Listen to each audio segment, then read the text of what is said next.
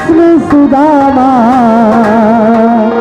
बालेपन में साथ।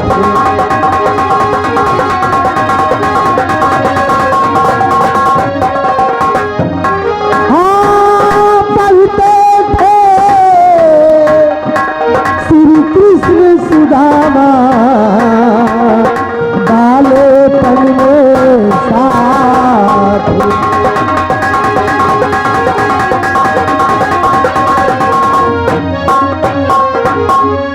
बालेपन में साथ वही की है पुरजफर कहानी।